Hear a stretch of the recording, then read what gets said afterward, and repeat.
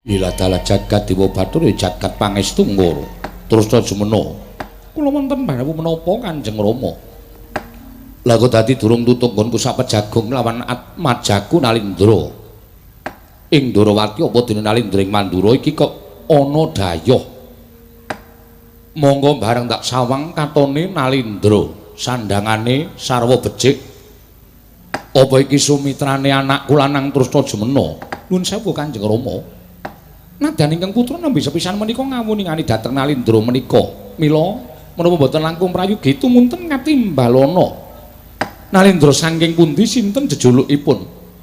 Menawi gadhahi wigatos ingkang sae Kanjeng Rama kedah nglenggahi bawa leksana nanging menawi badhe bebudhek banyu bening kawontenan negaring Pancala. Sampun ngantos kuwatir kula ing badhe napaki dhateng Nalindra menika Kanjeng Rama. Bagus. Tak takonane sumeniya sawetara luwih dhisik, ya nggih anakku bocah bagus. Sampun boten kirang prayogi piswanipun ingkang putra pun Tresna Jumena. Nuwun sewu Kisanak. Gladiwanuh nggulang tepang. Kula dereng nate pinanggih kalian panjenengan mongko nitik ageman ingkang sampun panjenengan agem panjenengan menika nedahaken satunggiling Nalindra. Panjenengan menika Nalindra saking pundi sinten jejulukipun Kisanak? Wiladala Kisanak Gladiwanuh nggulang tepang menawi dipun marangaken kula badhe nyuwun mriksa panjenengan menika Nalindra saking pundi sinten jejulukipun Kisanak? Kisanak anak Prabu Ndarawati wonten dawuh paman. Lah kok dadi tak dangu kok meneng wae. Mbok menawi kirang sora anggen paduka paring dawuh sabab busananipun Nalindra menika ngungkuli dhateng busana Nalindra sesaminipun cobita. Monggo talinganipun dipun tretes inten kados mekaten menika. Mbok menawi bolonganipun talingan ketutupan inten. Driji lima dinggoni ali-ali kabeh. Inggih. Sajahe sugih ram. Mbok menawi ngaten kok Prabu. Kisanak sampun kinten kula dipun mestani tumambuh yawek sepisan menika kula wanuh panjenengan menika Nalindra saking pundi sinten jejulukipun? Kisanak panjenengan menika saking pundi sinten jejulukipun Kisanak? Nuwun sewu nggih mbok dipun jawelaken wong mripate mendonong kok kaya ora dong. Wela dalane ora dijawel tuman wae. Wonten dawuh. Wonten dawuh, sinten jawel kula? Kowe iki ditimbali. Ditimbali dening Paman Prabu Drupada kok meneng wae. Lho, menapa sampun dipun timbali? Wis. Kok Prabu kok malah sing nesu ki ngopo to ya? Jengkel aku ketekan dayohe kok bosok kupinge. Panjenengan sampun dangu kalian kula? Sampun Kisanak. Waduh, kula aturi mangsuli, kula aturi mangsuli. Panjenengan menika Nalindra saking pundi sinten jejulukipun? Lah dalah, rak ngaten menika dadosipun cetha. Kula menika Nalindra tasih Jaka Tumaruna. Lho kok geseh. Jejuluk. Nun, kupluk. Sampun cetha kok Prabu. Piye? Pancen Nalindra sugih ning budhe. Lho lah kok engko gek rada lamur barang. Mbok menawi ngaten kok Prabu. Jejuluk. Nun, jejuluk. Dijulukke. Jejuluk. Wo jejuluk. Inggih. Adalah. Nyuwun pangapunten, nyuwun pangapunten.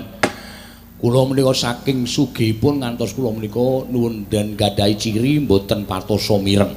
Oh, ngaten. Inggih. Lajeng sambetipun menapa kalian Rajakaya kok mboten patosa mireng? Mergi kula menika nek maem lawuhipun inten. Oh, ngaten nggih. Tirah-tirah negari kula. Saking negari pundi? Kula wingking saking negari ing Tarbelo Suket. Terbelo napa Tarbelo? Tarbelo inggih saged, Terbelo inggih saged. Jejulukipun Prabu, kula Prabu Surasekti. Wonten ing mestani Prabu Wirambana Dewa. Wonten ing mestani Prabu Lokayanti. dasanama kula kathah sanget. Oh mekaten. Inggih. Ugi Prabu Sunya Sekti. Inggih. Ugi Prabu Nurboe.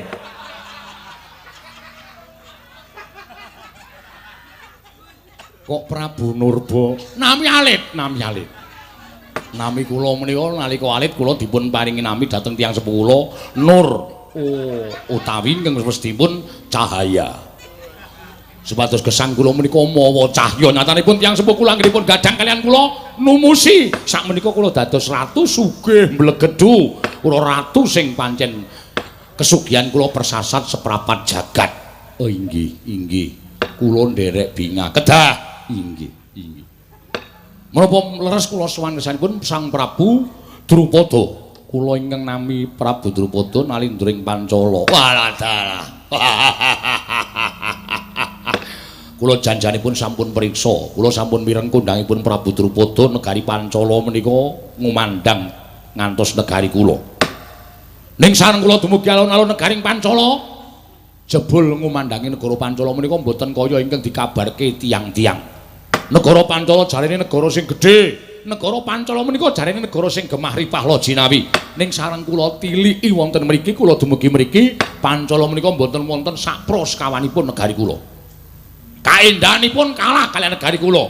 Makmuripun kawula kalah kaliyan negari kula. Inggih. Kekiyatanipun piyambak-piyambak panjenengan sampun ngantos supe panjenengan menika dipun sembah dening para kawula kedah mituruti dhateng menapa panjalukipun para kawula. Inggih, kula sampun ngertos sepuh kula tinimbang panjenengan, pengalaman kula tinimbanganipun Sang Prabu Wirambana Dewa. Lokayanti. Iki kula namung ngemudaken.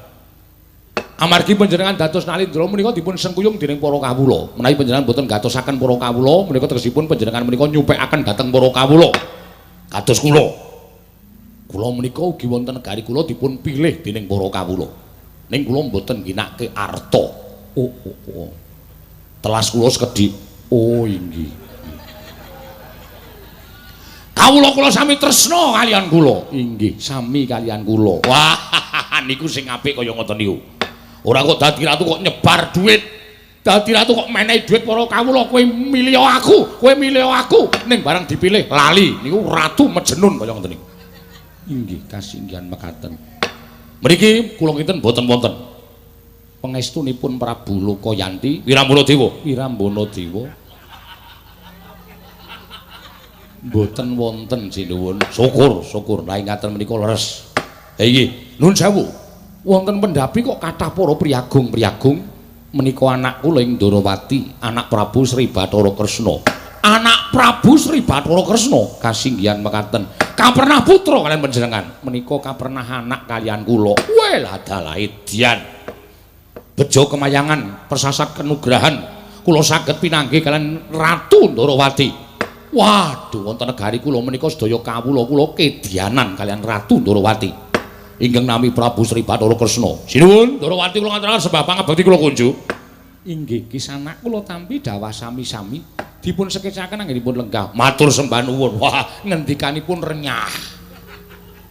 Menawi panganan kaya peyek. Inggih.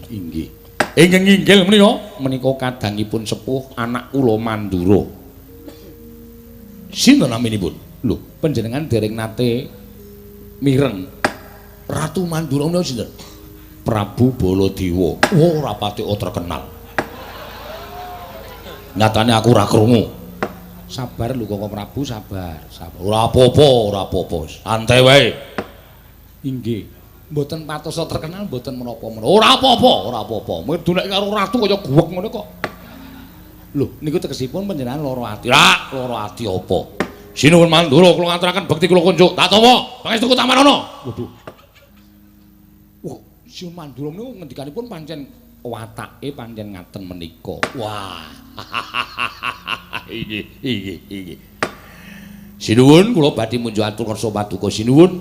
Inggih. Kula antu-antu wijiling pangandikanipun Prabu Wirambana Dewa. Lokayanti.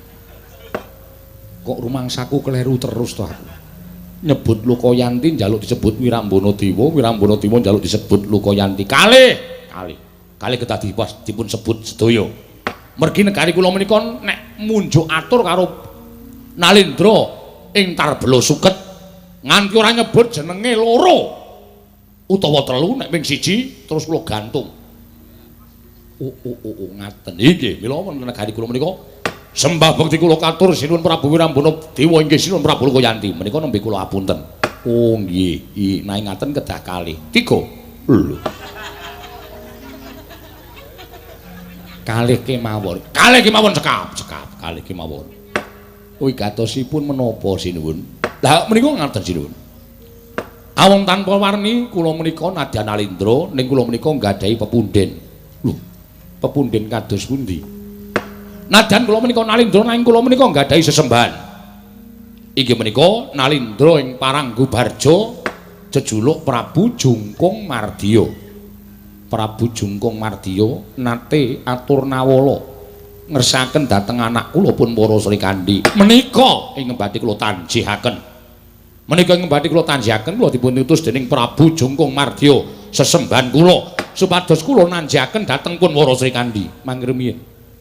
Panjenengan menika sampun pamer ratu ingkang kesugihane seprapat jagat kok tasih gadah sesembahan menawi ngaten panjenengan menika Nalindra jajahan. Mboten. Kula mboten kepengin dijajah. Nyatanipun tasih kagungan sesembahan. Tegesipun negari Tarbela Suket menika kebawah keperintah negari Paranggubarja. Mboten dipun jajah, namung negari kula dipun dadosaken setunggal kalian Paranggubarja. Menika menawi wonten mriki caranipun dipun jajah. Mboten dipun jajah. Wong kula nyatane ya isih dadi Nalindra. Inggih, ning Nalindra jajahan. Sanes. Terus to kedhu wonten dawuh, golek watu kepruke ndase kuwi. Ratu kok ngeyele ora jamak lho. Koko Prabu mbok menika namipun Daya kula lan panjenengan menika ya Daya ora kena mangsuli Daya. Sampun kendel menika pawaosipun wonten Kanjeng Paman Pancala. Nggih, sumangganipun badhe mestani. Lah, sakmangke kula nyuwun dawuh. Kados pundi? Ingkang putra-putri Wara Srikandhi kaparingaken dhateng Prabu Jungkung Mardya ing Paranggubarja menapa mboten? Monggo nalika semanten kula menika dipun utus mboten namung duta utusan nanging duta ngrampungi karya. Menawi Gusti kula Sang Prabu Drupada mboten maringaken ingkang putra-putri Wara Srikandhi, kula kaparingan Purbawasesa. Kula kaparingan Purbawasesa dening Sang Prabu Jungkung Mardya. Badhe kula rebat sarana peperangan. Kula aturi jaga jagang sing jero, beteng sing kandel. Kula mboten badhe ajrih ngrangsang baluwerti negaring Pancala.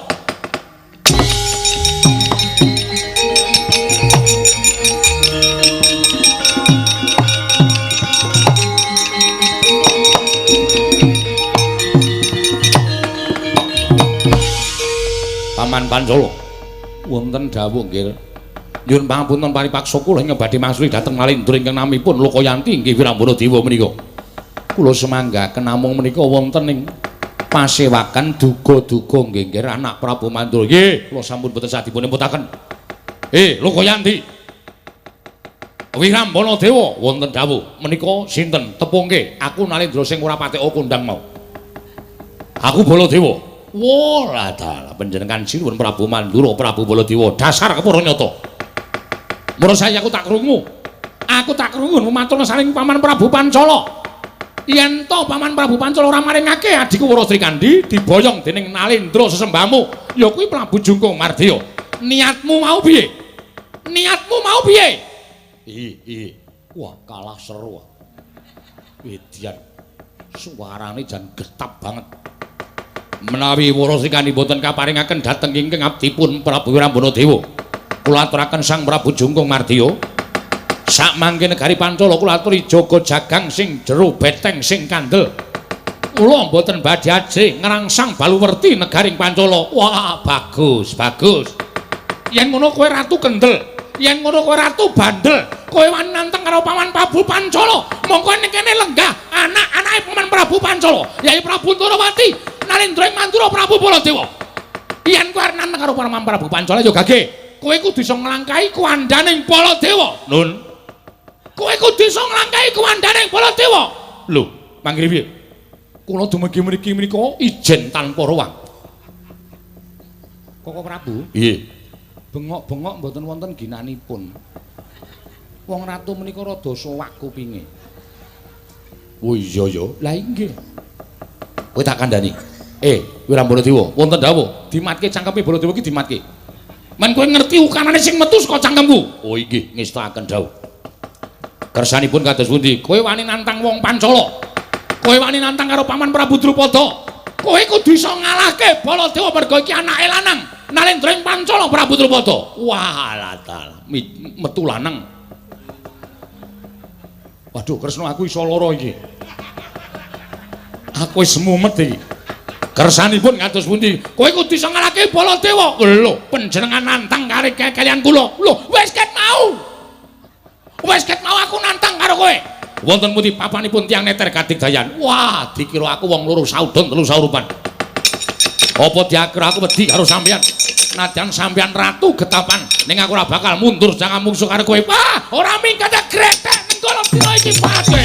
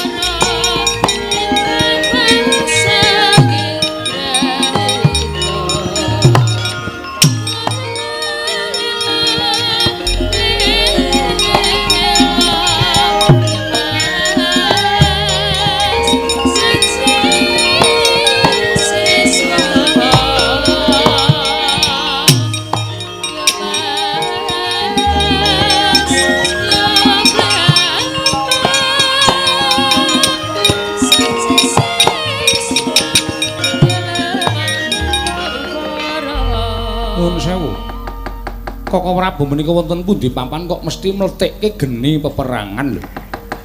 Pendak-pendak kula kanthi sowan wonten negari pundi kemawon panjenengan menika mesti damel perkawis. Yo men, sengit ta. Ono daya iki kok nganyelke. Wit mau aku wis digawe mangkel ning jane aku tak ambet. Bareng dikandani Kyai Prabu Ndrawati, wah. Kondang kawenang-wenang wonten negari kula ning bareng dikandani Nalendra Mandura Prabu Baladewa kok cangkeme lho. Iso muni, lho, ratu rapate kondang. Urusane apa? Lah iki mboten menapa-menapa to. Lah aku ya mangkel kok. Aku iki kakangmu kok, kowe iki adikku malah ngluwihi karo kakangne. Lho, menika kathah. Lho, lah aku ning ora trima. Lho, iki malah nesu-nesu ngapa to iki? Rumasaku nang ndi kok arep nesu-nesu terus. Nyuwun pangapunten. Menika kala wau tiyang sugih lho, Nggil. Sugih apa? Wong pamer, kokean gluduk nang kirang idan. Koko Prabu.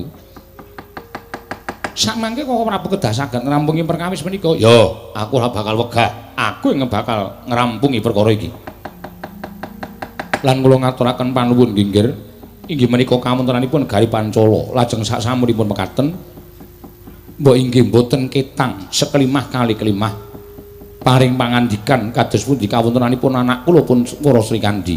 Nggih, Paman. Estunipun malih-malih menapa? Miturut ombyaking Mbok Bakul sinambi wara dinten mangke kadang kula Wara Srikandi nedeng tinarbuka raosipun inggih menika kepengin ngangkat derajating wanita.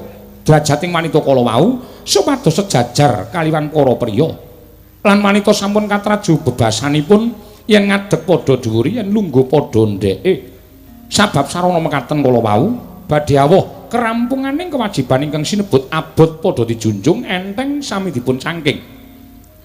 Miturut saking pamawasipun Srikandi, perkawisipun priya lan wanita kala wau inggih kedah nglenggahi jejeripun piyambak-piyambak, nglenggahi tanggal jawab memayu hayuning nusa bangsa lan negari. Ing atasipun priya lan wanita kala wau boten wonten bentenipun. Mekaten kawontenanipun Wara Srikandi. Lah lajeng sakmangke Srikandi wonten pundi? Nyuwun pangapunten. Miturut gothek mangke Wara Srikandi nedeng gegladi ing reh kaprawiran ngudi undhak ing kasekten gayuh pangawikan wonten ing kasatriyan Madukara dhateng kadang kula Yayi Arjuna Paman Prabu.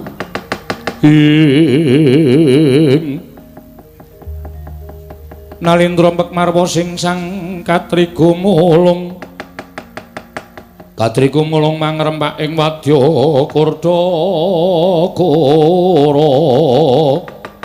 Oh, jagat Dewa Bathara ya jagat pangestu Nggara Trusna Jumena. Iya wonten timbalan ngadawu Rama. Piye? Sri Kandi kae remaja putri, umpama kembang kae ledeng-ledenge mekar, gandane wangi. Monggo Kang Lasmu Janaka wektu dina iki isih klebu manten anyar.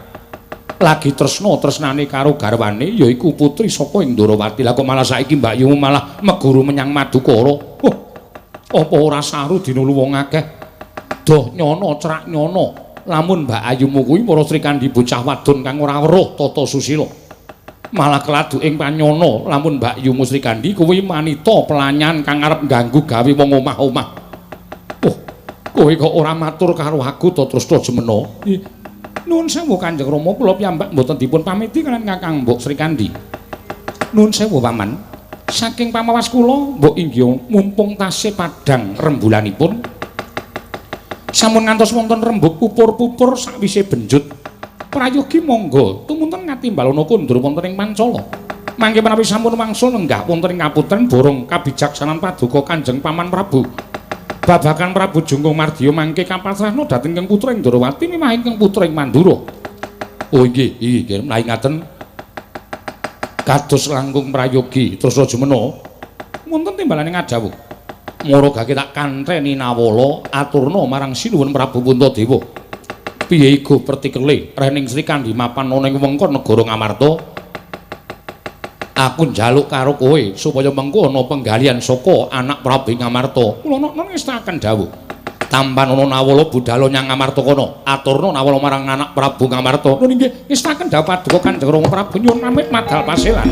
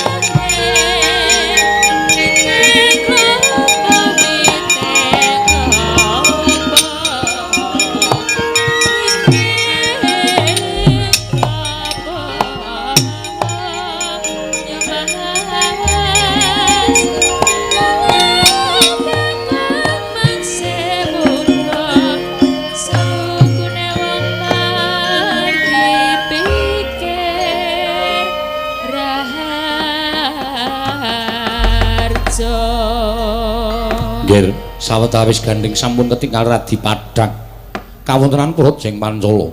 Kepareng paduka paman monggo. Kula dherekaken ngunjupaken asta punjuk mring Gusti mugi kelampahan menika sampun ngantos dipun erang-erang dhateng tiyang sang jagat. Ngestaken dawuh Paman Prabu. Swami kula dherekaken Koko Prabu. Nggih.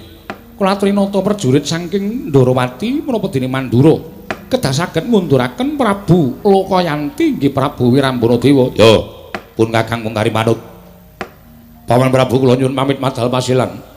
Anak Prabu Mandura ing ngatos-atos pate wonten timbalan.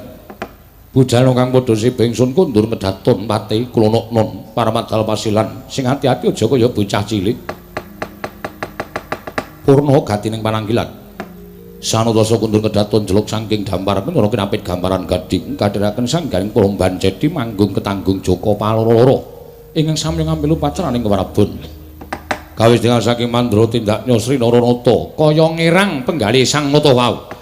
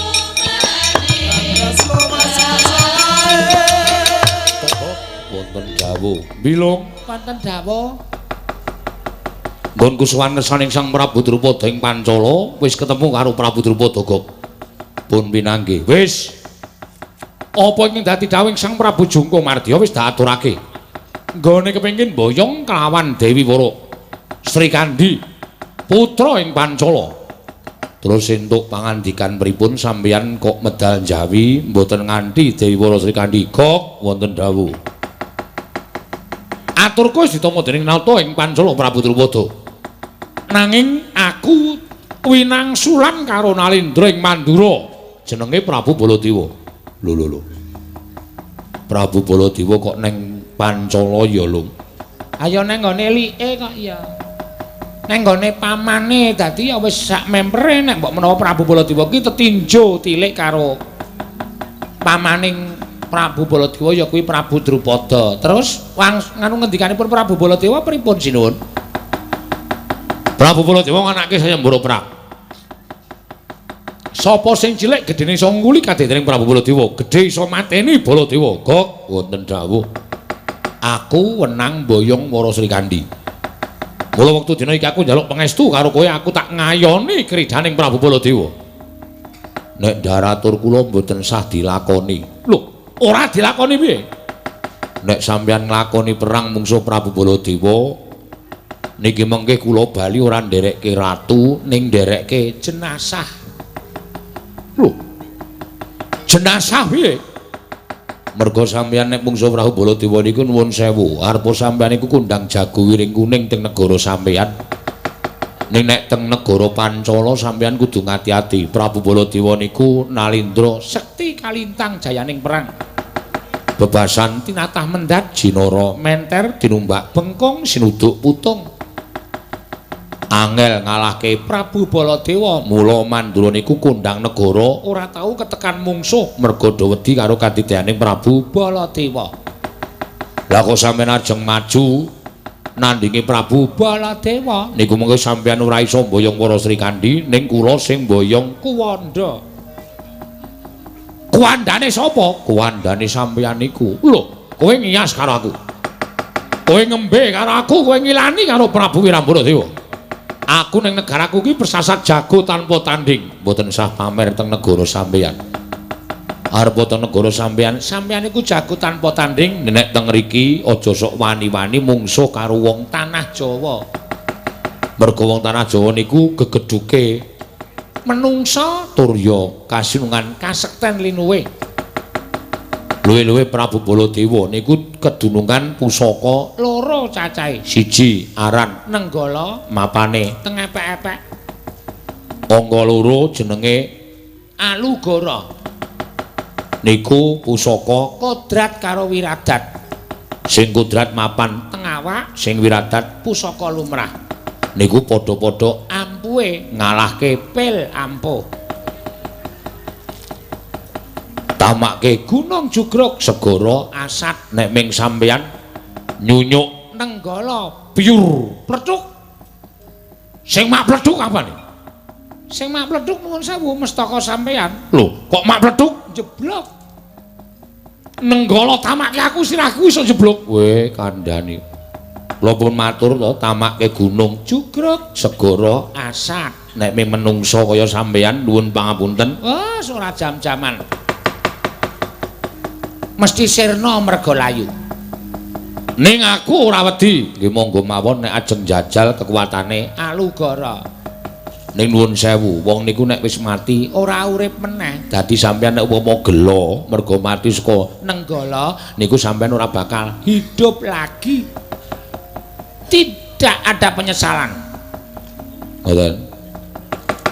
Nuwun sewu, Prabu Baladewa niku teng negara Pancala ijen apa kali sinten? Aku ditepungke karo Ratu Ndarawati jenenge Prabu Kresna. Kondhang ning negarane awake dhewe. Nalindra titis Sang Hyang Bathara Wisnu kok. Lah nggih, wonten niku. Ana. Wah. Niku berarti sampeyan mungsuh ora mungsuh Baladewa ning mungsuh Senopati Ndarawati jenenge Raden Setyaki. Ya Raden Wresniwira. Ya Raden Bima Kunting. Ya Tambak Yuda. Ya Yuyudana. Ya Setyajid Asmada. Ya Tusiya. Ya Nurbae. Kok ngawur. Ha wis entek ya. Ming yaya-yayae ana tunggale. Kene iki le mikir tenanan ming yaya-yaya ora. Setyaki. Satriane kaya ngopo? Kaya aku ora weruh. Kandhet ngeyayet dhuwure ora sepira 160 cm. Ning brengose kaya lele dumbo. Nyelekanter. Mbok kata-katane sing apik kok. Brengos kok nyelekanter. Tumbangke kuping kiwa tengen. Nek mandeng wong tanpa kedhep matane abang kaya kokoyan anggur. Niku. Ning jane ora apa-apa. Ning merga Setyaki Kulina nantang karo wong gelut saben dinane mula mripate abang. Niku satriya cilik, tangane ora sepira. Ning sampeyan ketiban tangane Setyaki, ties. Ora pecah sirah sampeyan. Oh, kula tak ndelok wonge. Atos tangane. Sak suarane atos. Ora ming tangane tok. Setyaki. Sampeyan ora usah radu karo Prabu Baladewa nek ketemu Raden Setyaki, kula kok kuwatir. Ora usah dadak ketemu Baladewa, ketemu Setyaki men kemawon sampeyan iku wis kaya nuwun sewu lho. Kaya ketemu malaikat. Apa ya? Nggih, niku nuwun sewu.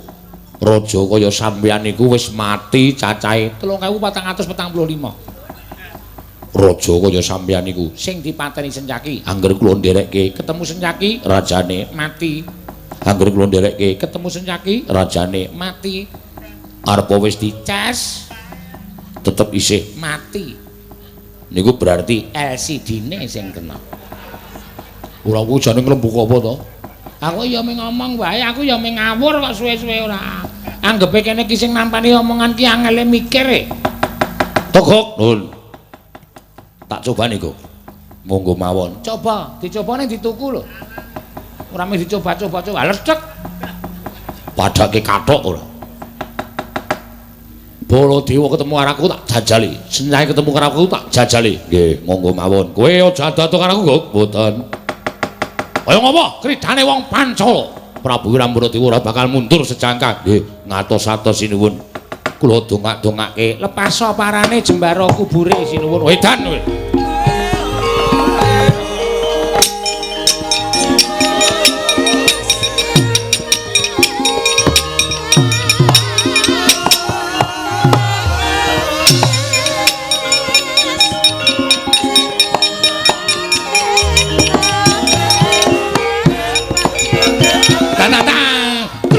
Getang gentrung tak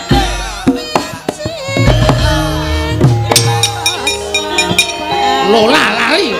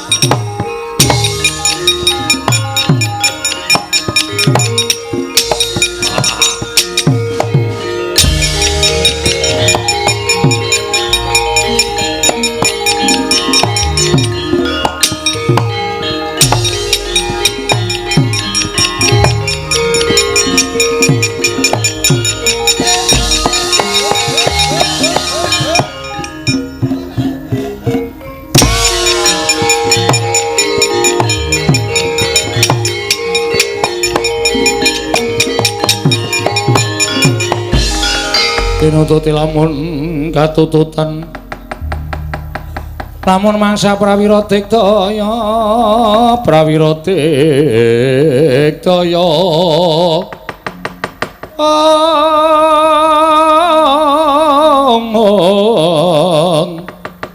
ora nggono magawiya gelarira wang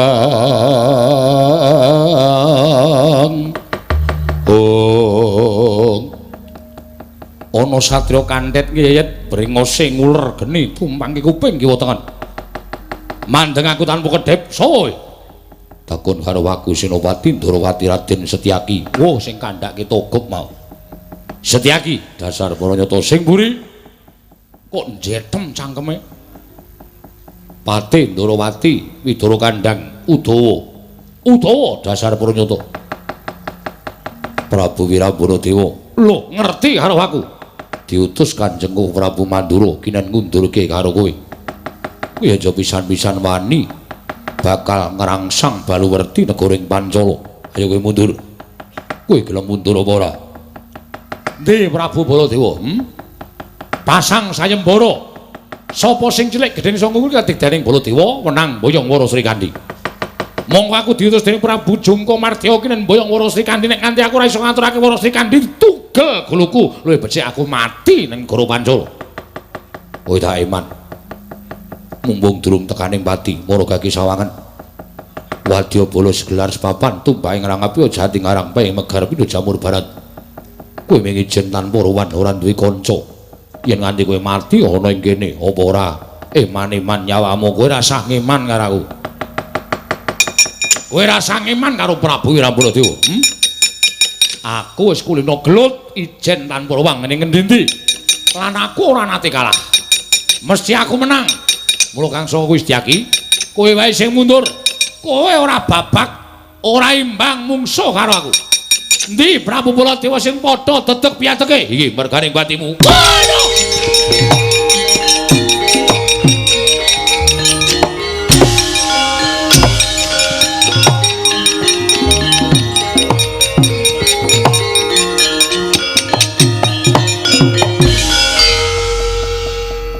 Sampeyan ngasta jam mboten?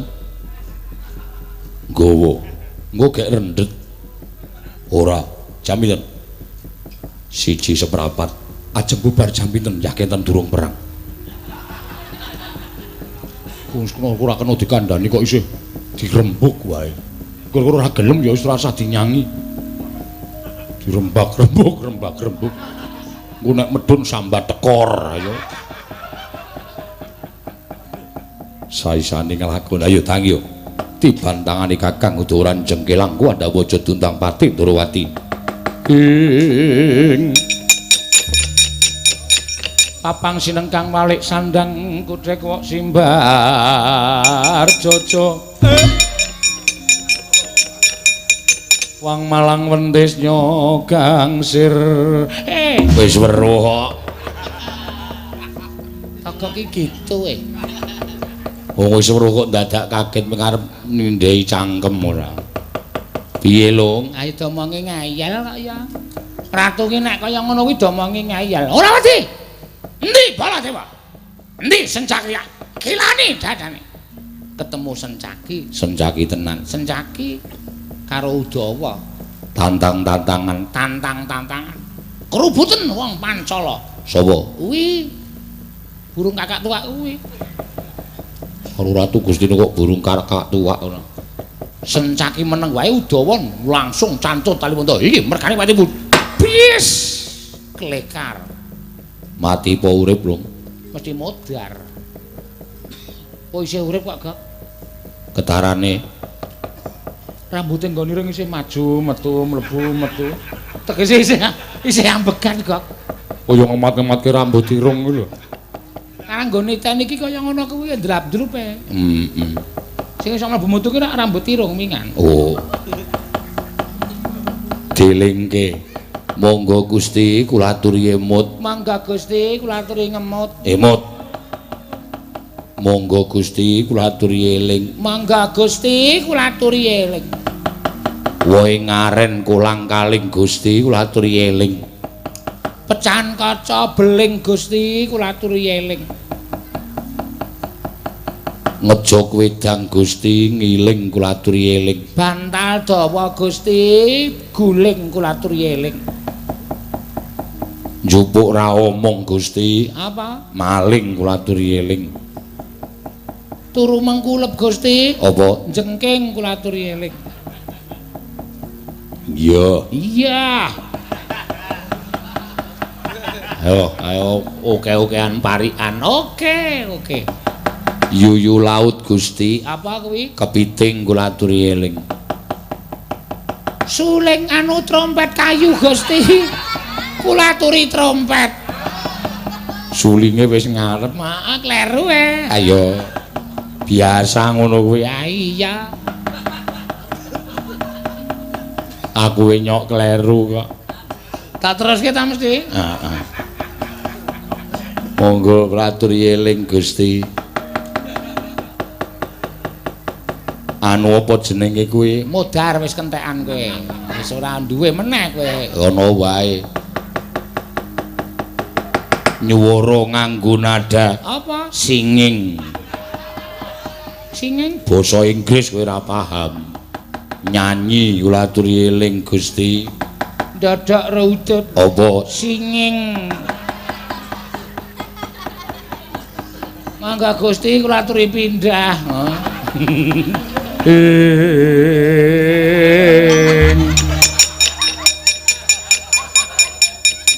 mbok sing padha cangkepe iki kok ora oleh gendur dadak mrono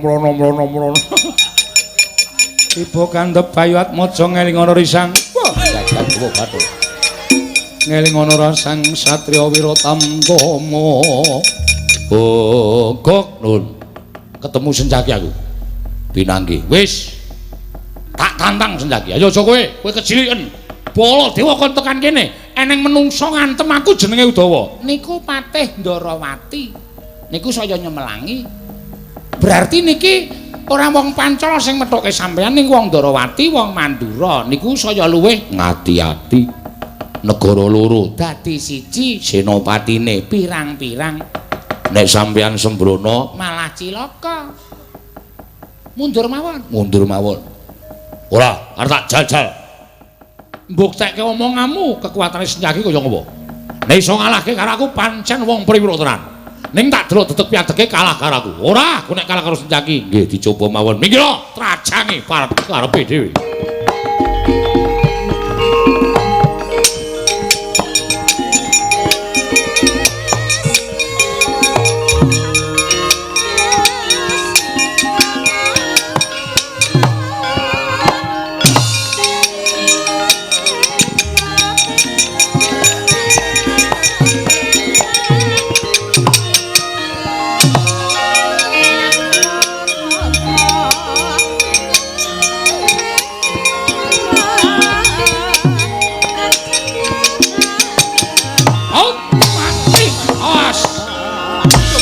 dadang.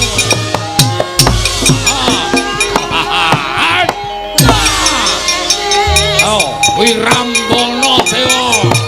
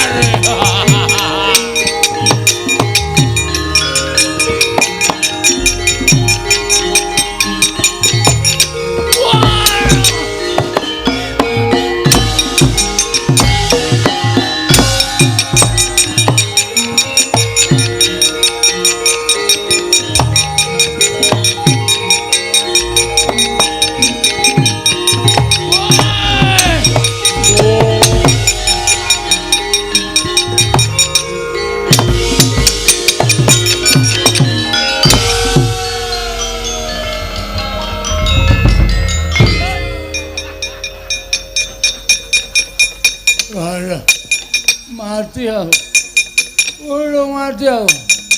Udah mati aku. Waduh. Aduh mati aku. Waduh mati aku. Waduh. Wah, jagat ya, Pandra. Waduh, Abang Bayi. Kowe iki jane kanca apa mungsuh? Kowe iki kanca apa mungsuh? Ngerti ratu Gustine tiba, kok tok tibani, kok tok tubruk. Kowe ketoke kancane jane kowe sengit karo aku. Kowe ndem-deman karo aku. Nun ngapunten. Niki wau kula mboten sengaja tenguk-tenguk teng dalan. Sampeyan tiba grubyuk candhak pate Udawa diantem sirah sampeyan diel kontal. Kula lagi nglinting udut candhak sirah kula diantem karo pate Udawa diel kontal. tibane ora sengaja nek nibani nek niba niku sengaja nek tiba niku ora sengaja kok bener monggo papan pirang-pirang jembar lah kok kowe nibani aku kowe ketok le sengit karo aku kowe ketok le sengit karo ngopo kuwi iki nek nganti kula nesu mergo diarani kula ora trima karo ngopo kowe ketok banget kowe tak jak tekan ngene kowe dadi abdiku bareng aku kesangsung ning kene kowe nibani aku sampeyan dhewe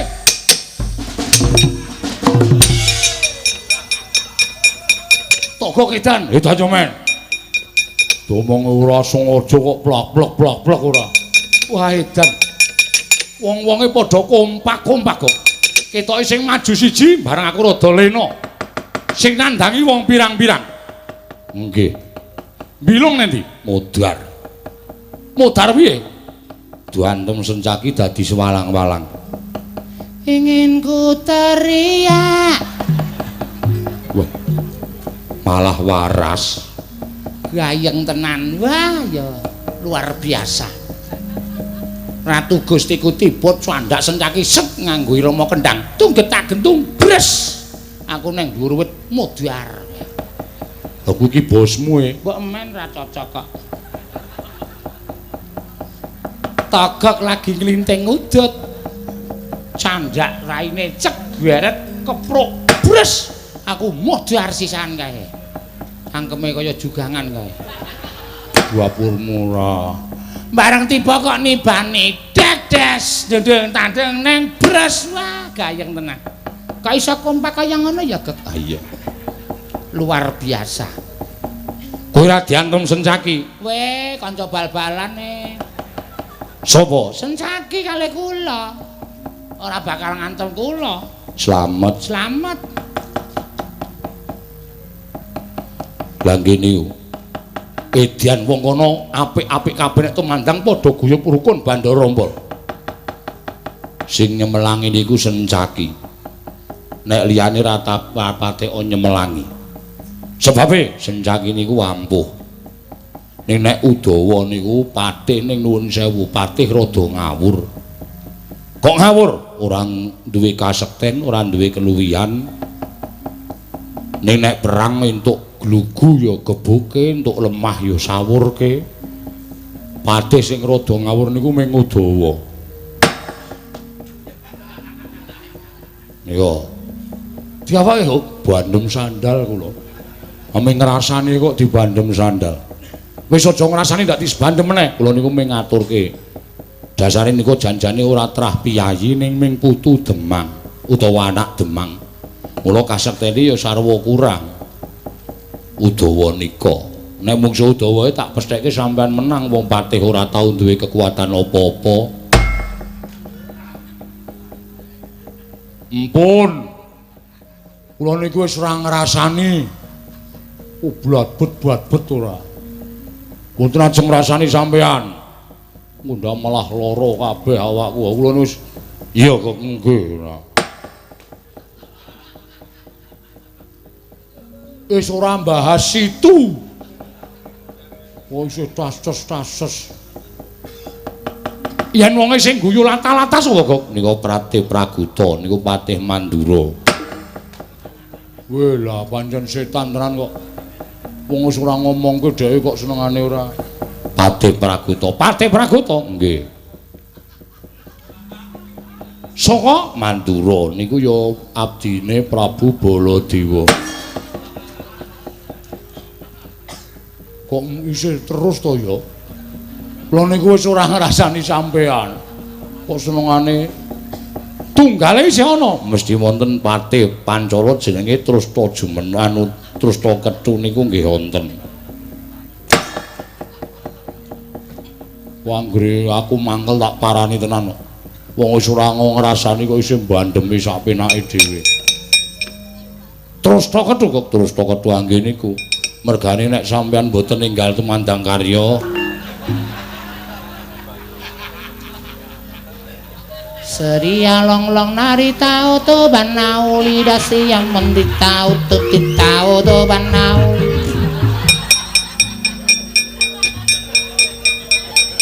Tikuse to sing tak-tek.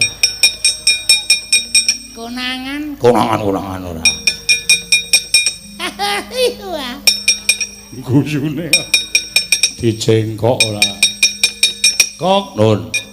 Arep tak tambani pusakaku. Lho, napa? Siung pengape. Daya kekuatane Engko nyokot gunung jugrek. Segara asat. Oh, siung kok nggo nyokot gunung. Weh. Aku ora nggende siung ketok nyokot-nyokot terus aku. Dapur murah. Iki tak nggo nyokot menungso mesti tekaning pati. Ngandel ora. Nggon aku iki tak nyokot cok kejet-kejet kae kok. Mati. Ora. Ngaten apa? Ora apa-apa, ora mati. Ha iya. Kuwi duwe siung Gadah kula tinggal teng omah. Neme nggo siap-siap nek dienggo nyokot. dadine Sencaki arep tak cokot. Sencaki cokot mati. Nek sing maju Udawa, Cokot mati. Udawa Sencaki mati, Baladewa ora trima. Baladewa maju, cokot mati. Udawa Sencaki Baladewa ora trima, Pragota maju, cokot mati. Ratu Pancala ora trima maju, cokot mati. Trasna Kethu cokot mati. Trasna Jemena cokot mati. Kodhok cok ora. Ora. Padha kok nyokot. Daging cokot mati. Ya ngopo lho cah kok nawak-nawakke ora. Pun dijani mah nek kira-kira iso materi wong piyambak. Cokote kok. Ngatos-atos nggih.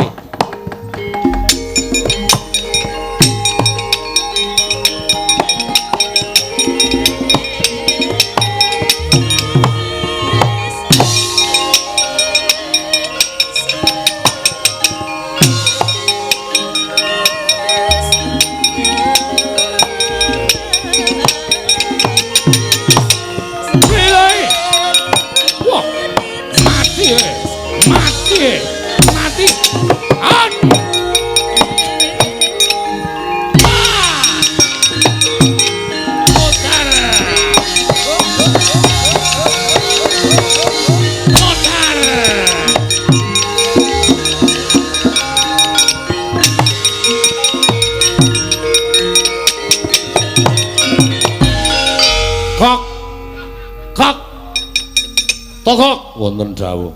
Iki ngopo kok iki akuling-akuling ngopo?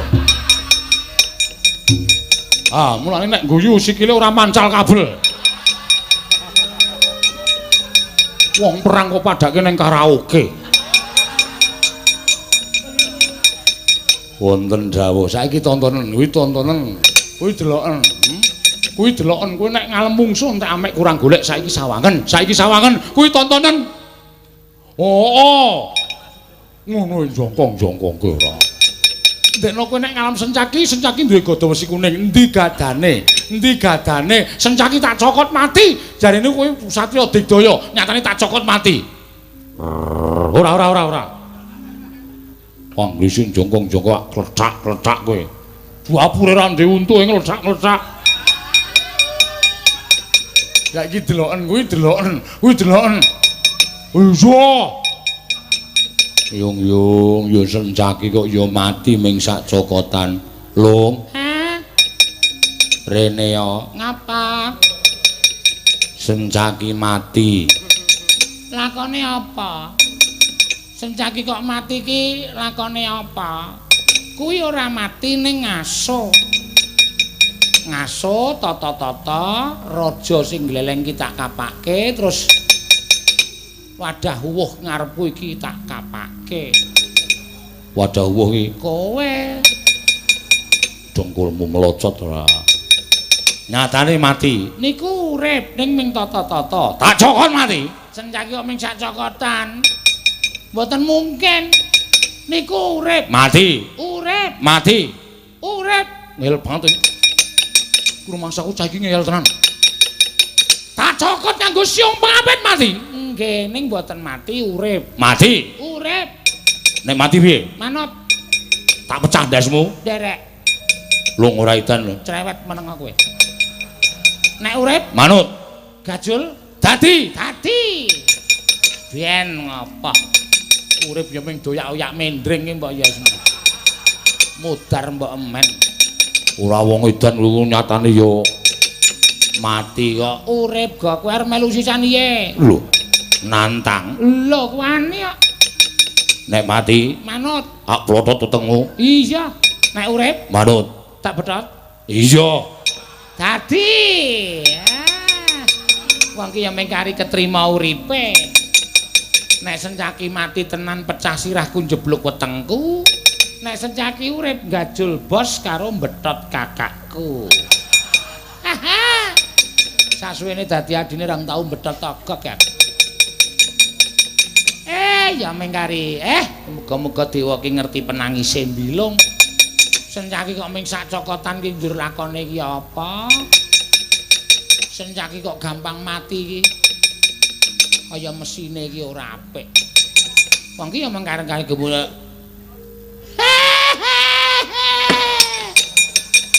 Ngopo kok bengak-bengak? Nolea nembus patang angka kok.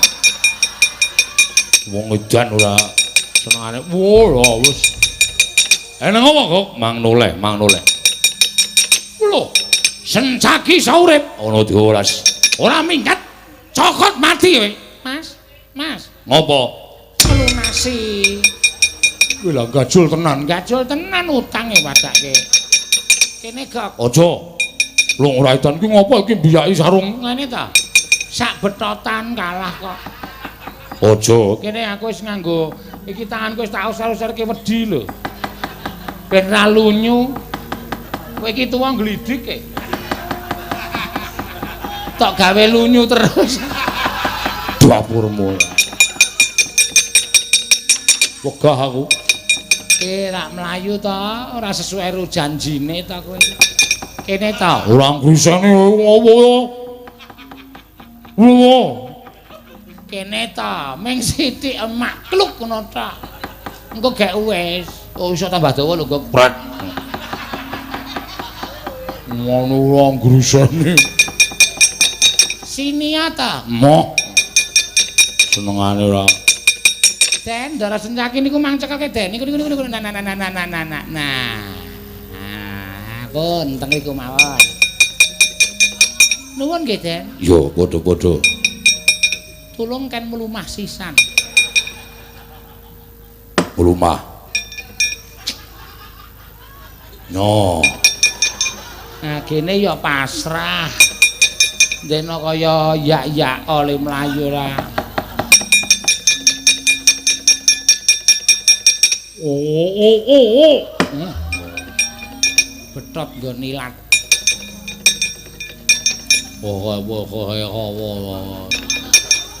Piye kok? Kok ha. Hah? Kok ha. Kok ha.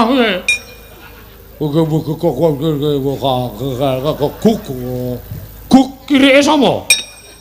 Kok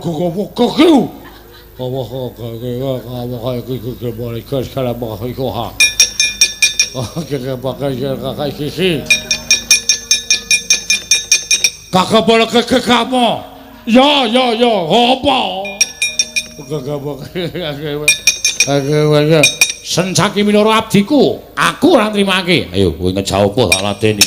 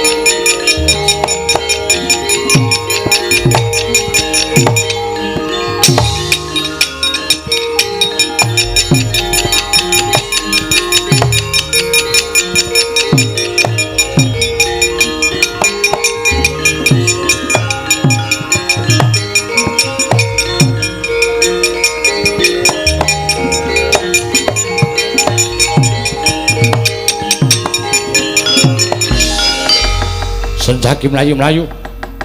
Tak pasrahi Wadyabala. Kowe ngirit Wadyabala Pancala ngundurke Wadyabala saka negara ing Trebala Sukut. Lah kok dadi kowe mundur piye? Ngaturaken ketiwasan Kang Prabu. Tiwasan piye?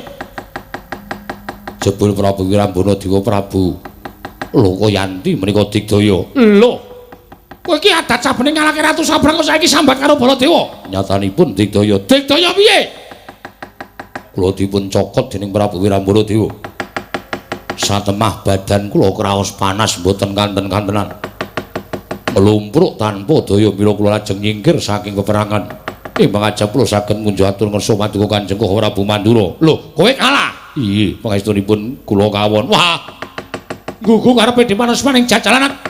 Iso ngundur karo adine Baladewa, Satria ing garpur jae. Wirambana Dewa taker marus karo aku bae.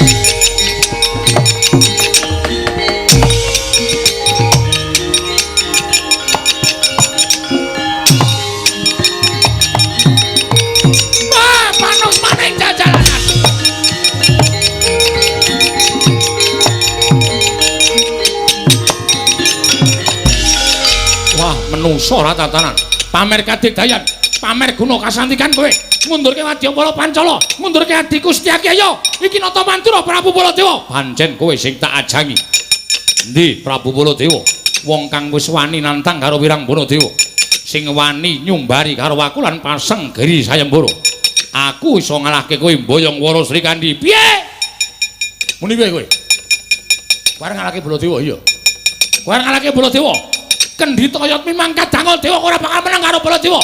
Ayo, kowe apa aku nek sing tekan ning batik? Lakon penjangkamu. Menungso tatanan. Wah, Sri Baladewa. Wani karo Baladewa. Mati dening aku. Diajak apa kowe?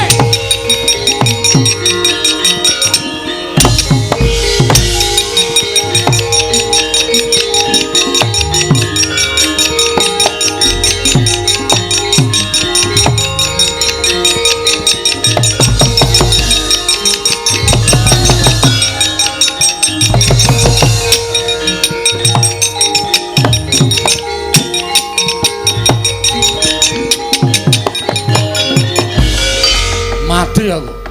Kok mati aku kok. Kok aku mati. Ora seru-seru. Ora seru-seru kowe. Sampeyan nek mboten kula slametke modar.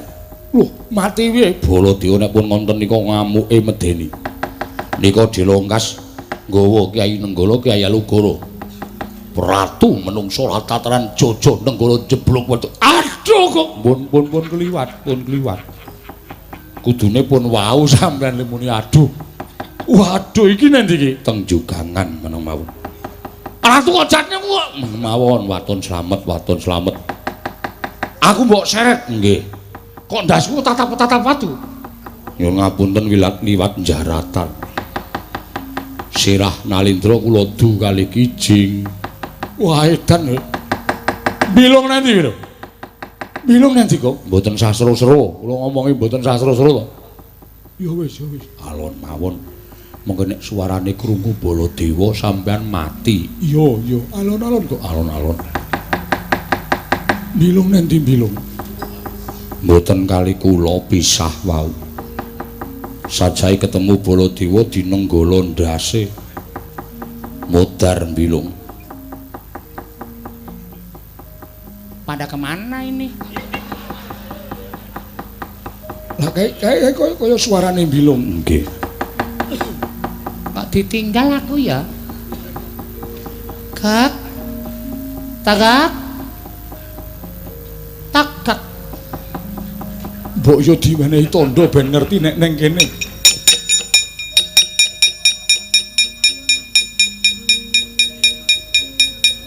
Kak kaya tudinge tagak. Oh, pada di sini. Lamit. Kowe ora edan, sirah kok nggo ancik-ancik. Jugangane jero, nek ora ancik-ancik nek aku anjlok nek sikilku putung piye? Ya wis. Wah, pripun Gusti? Mati aku. Mati, jelas mati. Wah, ketemu Baladewa ora entuk nggon aku. Lho, dintekke Baladewa nggone. Iya. Ratu menungso tatanan guar bedhe manus maring jajanan surtaning bawana guarnya. Kok kaya ana swara. Ratune tak kedhepke ilang kok ana swara sing demingil. Cangkeme lho, cangkeme. Kecekel jojo ndase nganggo nenggala. Asem ira sadar ya aku. Nanti togok. Iki ning sumur urung dadi. Oh, ayo ora ngerti kok. Aja seru-seru. Ora Bu. Dipunupadi. Sencaki yo klithah-klithih. Nek ketemu jejeki nenggala mawon. Pate. Udawa. Nek nyuwara atos tenan. Ya ora apa-apa. Njagi, wonten dawuh. Goleki grumbul-grumbul ki ditileki. Gubuk-gubuk ki diglimangke. Mbok menawa ndelik ning kono. Nggih, sendika. Kecekel aja diayu urip. Pateni. Iki. Pripun? Deg-degan mboten sampean? Aduh, lu mati aku. Deg-degan kula wis tratapan kok. Mula ampun nyuwara sing seru-seru. Nendi? Ketemu Hajar. Kok dadi iso ilang ora ketok wonge. Kuku karepe dhewe. Wis do ngalor kabeh kita iku. Ha iya. Soale ora. Kuku ngopo? Udawa ki nyecek tegesan ning ndasku wae. Gek rokoke kretek. Mak kritik. Borokku mateng gak. Arep tak icipi po? Setyaki, wonten dawuh.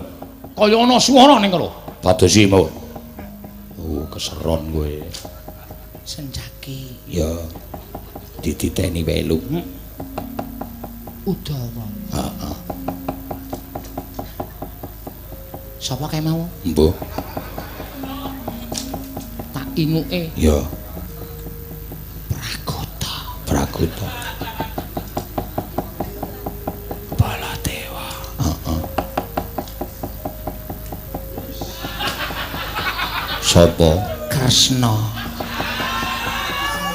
Oh iya. Damangi ya. Kresna ki ra ireng to? Heeh. Saka ngisor tak matke ki ireng banget. Semu-semu klawu. Apa iya? Ya oh ngeyel kok kowe. Kresna kok klithah-klithih. Ayo ora ngerti kok ya. Karang ya wong ki dhewe-dhewe coba nek ora percaya tak rada ndangak. Ya dimatke tenan. Heeh. Sencaki. Iya. Udawa.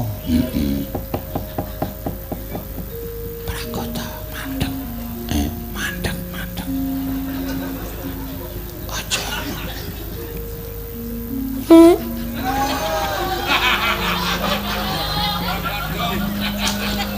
Mbok sing tertib. Kon meneng kok malah mburi muni. Udah ngampet ket mau.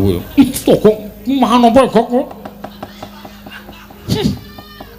Wah, iso semaput aku bondu diambet. Ora seru-seru doan mulutnya. Baladewa. Ada. Kresna ta? Oh iya. Ireng kok. Weh, mosok Kresna nganggo rendan? Kaya nganggo jala kae lho. Oh, Sapa? Tatin. Aneh-aneh. Njala ki ya iwak to ya. Njala kok bokong ayo. Le narik ngrekoso. Wah, jan ayo anan. Udu kok, udu Kresna. Ah iya udu. Kresna kok klithak-klithike ora bakal kelakon. Toko piye kok? Aku kudu piye? Mang wangsul tereng Paranggubarja mawon matur Prabu Jungkung Mardiya. Nek sampeyan boten purun wangsul sampeyan maju malih mati pun sampeyan sedo malah ngrekoso. Niku cocok napa sing diketikae Togo nek sampeyan ngeyel nggih monggo mawon. Sinuwun, sinuwun kula ngaturaken ketiwasan sinuwun.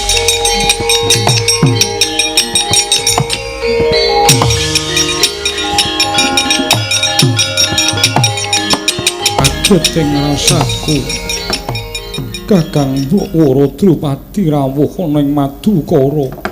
Nyai, yektine rawuhing pun Kakang iki mung kepengin wuninga kararjanira Yayi. Piye nggonmu ladi kakung rakya ora kurang sawiji apa to Yayi? Entuk pangestuning Kang Mbok nggonku suwita marang Pangeran Arjuna.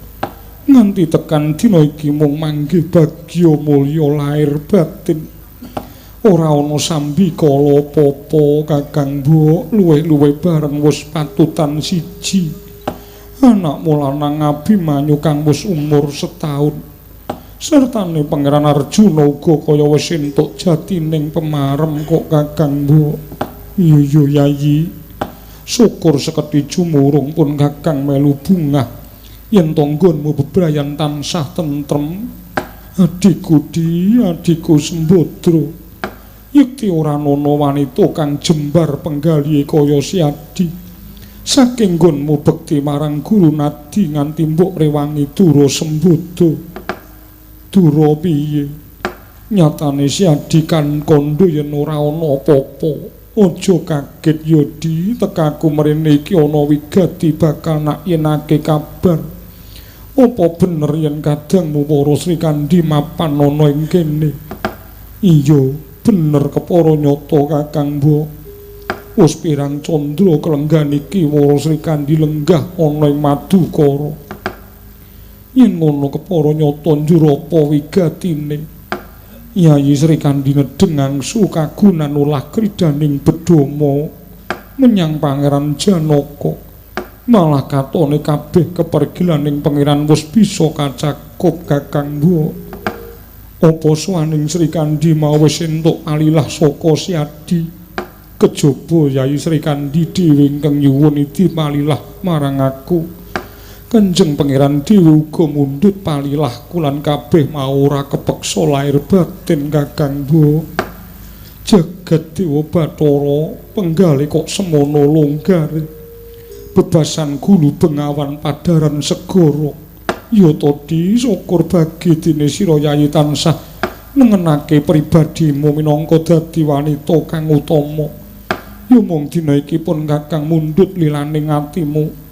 Awit saka dawuh timbalaning Kanjeng Rama Prabu Drupada ingsun ngendikake nimbali Wara Srikandhi kondur menyang Panca.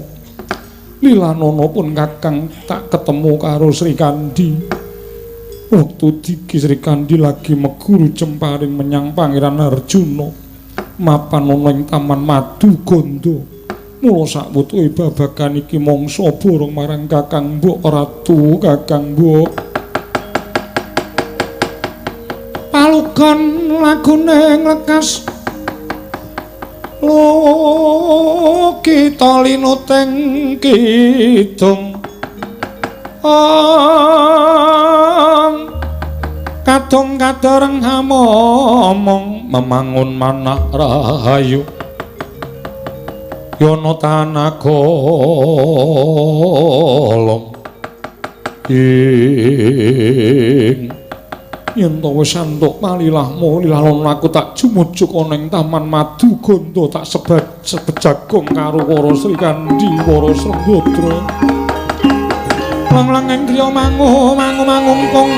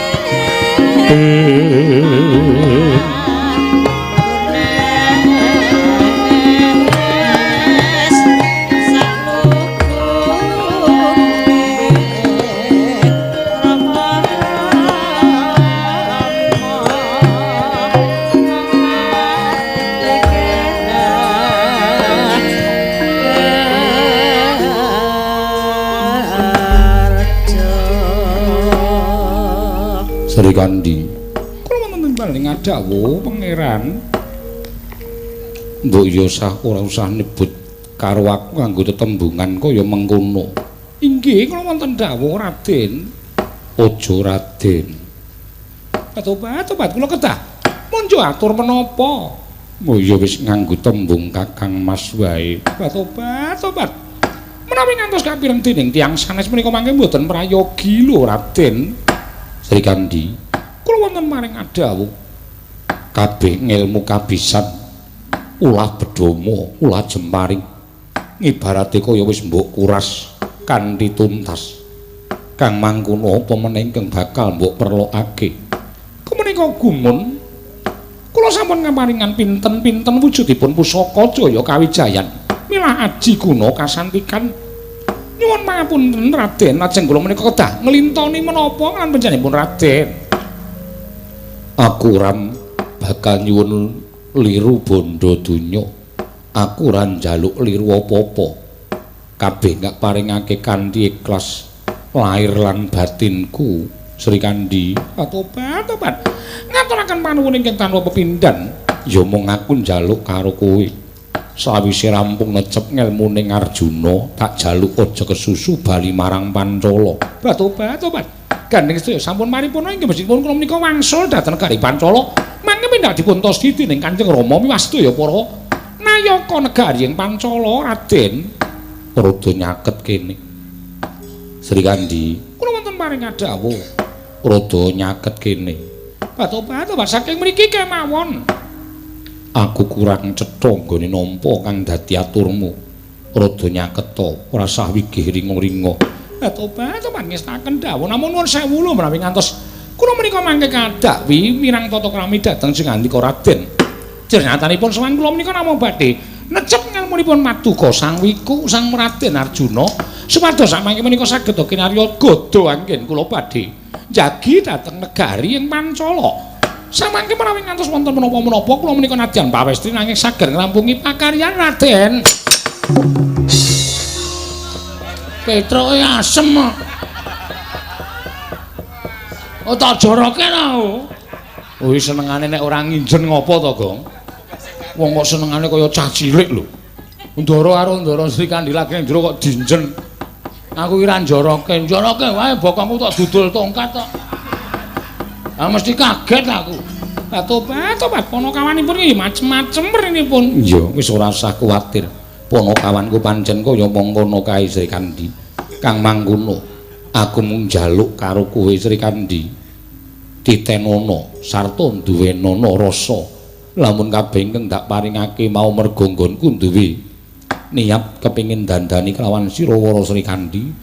Nadyan wanita nanging tremprabeda kaya dene priya. Kang mangkono siji wae kang dadi welinge Janaka. Panjenengan badhe paring dawuh menapa? Aja nganti lali karo Janaka wara Sri Kandi. Gunjang ganjing langit kelap-kelapaton. Dergen canging risang mawe gandrung. Katrenjo rawuh Sang Wara Drupadi kagat Ndulakapati Sang Arjuna Dewi Wara Sri Kandi wau. Nyatrangening kalangguhan aglar pandhan moncar.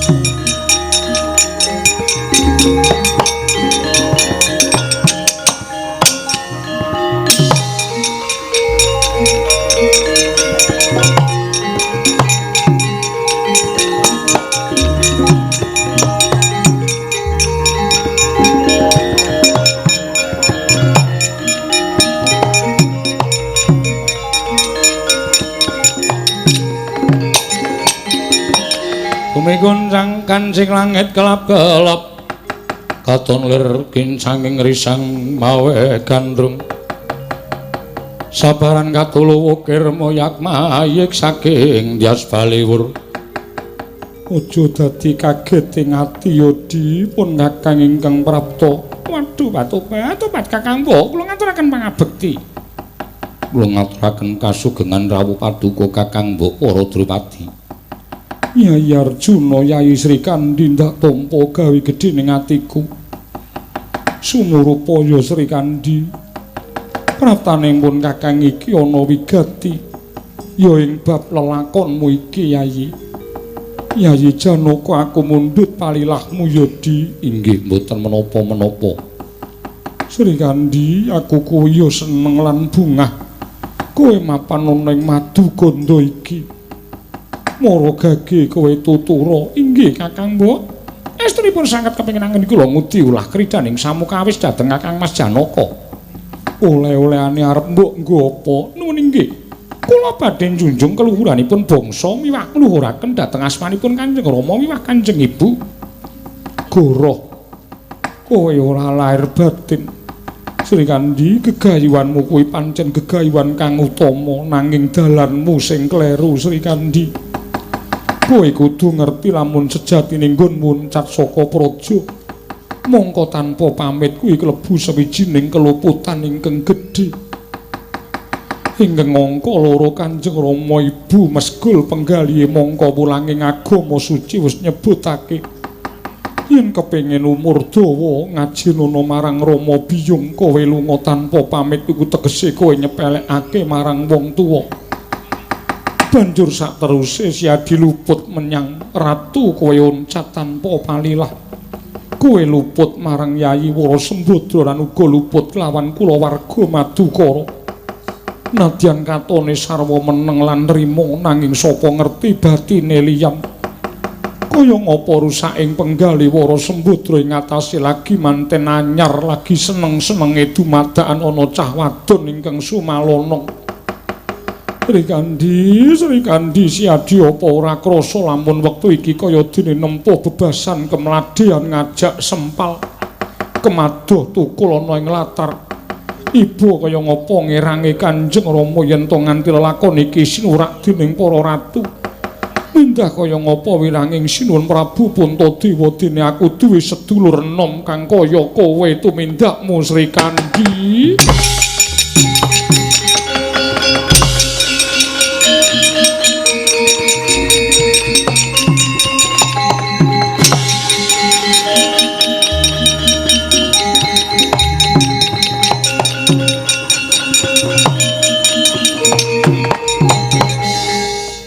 Piye, Gong? Keseseken. Oh. Lah ardo nendi ya? Ambuh ora ngerti. Kena mungsuh piyaga mbiyen kempule mesti alon-alon kae. Lho, guk. Nek do dingete Ardo nendi? Ayo. Ayo ngetokke le isih semangat. Ah ya ora. Kemempengen nek. Sesuk bengi terus liri-liri. Ha. Ora iso ukur kekuatan. Ha iya. Anggo nek lire-lire tok lokke kowe iku ya ngewoke kok. Ya ana ukurane, Truk. Do cerewet ngopo? Iya iki di luar topik kok ya kuwi senengane. Ora ngawur ora Sri Kandi. Mbok yo nganggo pamit aja kaya bocah ora Sri Kandi.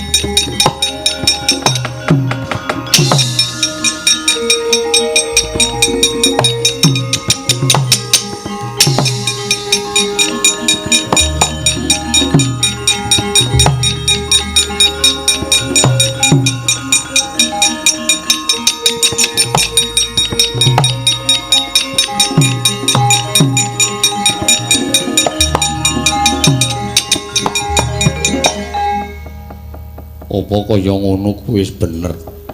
Ing atase kuwi siswa, kowe kuwi murid. isa ana ing pamulangan lha kok teko mak klipat melayu tanpa pamit karo guru. Apa ya wis pantes kaya mengkono kuwi? Nyuwun pangapunten Raden. Raos kula rumasra ndandang kalepatan. Mila samangke kula nyuwun pamit rumiyin wonten ing negari Pancala mangke menawi wonten wekdal ingkang prayogi Raden kula tutu badhe sowan Paduka. Kula sowan Paduka saestu. Ora Sri Kandi. Ndak kantene pusaka Kinaryadaya piandel nanging kowe aja nganti selak sesuk yen ana wektu bali marang Madukara. Nggih ngestaken dawuh Paduka Raden.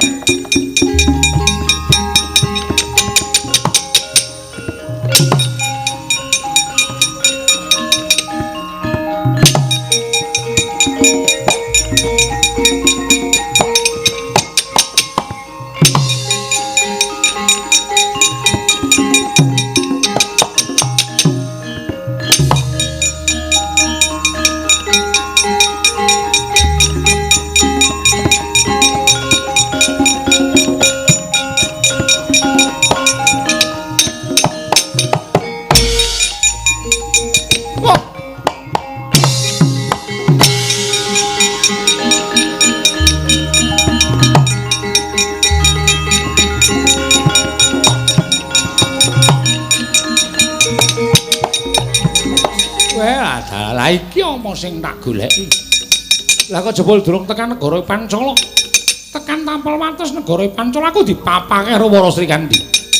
Sri Kandi, aku Prabu Jungkung Mardiya. Mara diagela Derana. Krenteking atiku marang garwa marang sira tak boyong marang negara ing Paranggubarja. Lah tobat to, Pak.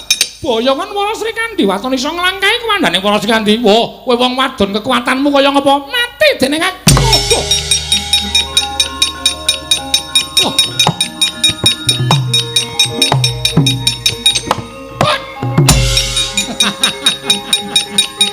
Kekuatanmu sepiro Wara Sri Kandi? Ayo. Oh, candak kowe.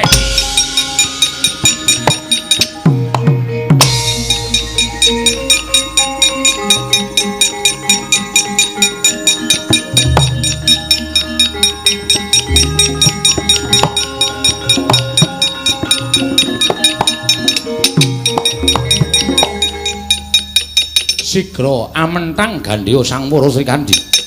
Tinumbangan jembaring paringanipun nenggih ingkang Bapa Guru Raden Janaka. Ing embat-embat punang jembaring lumepas saking gendhewane tumeka jajaning Sang Prabu Jungkung Mardiya. Sirna margalayu Sang Prabu Jungkung Mardiya.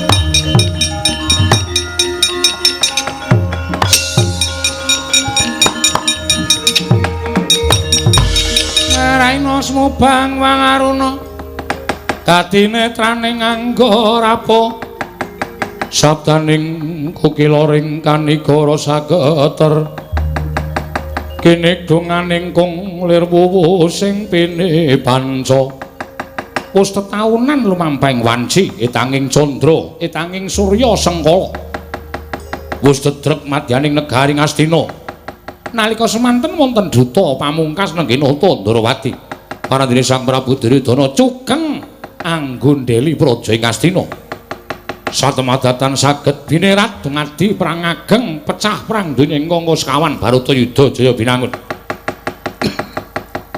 Wadyabala Kurawa campuh lan Wadyabala Pandhawa madhaing Tegal Kurukasetra satemah Tegal Kurukasetra katingal banjir gedhe ganggeng rambut krikil untu madheg Senopati Sang Mahatma Resi Wara Bisma wau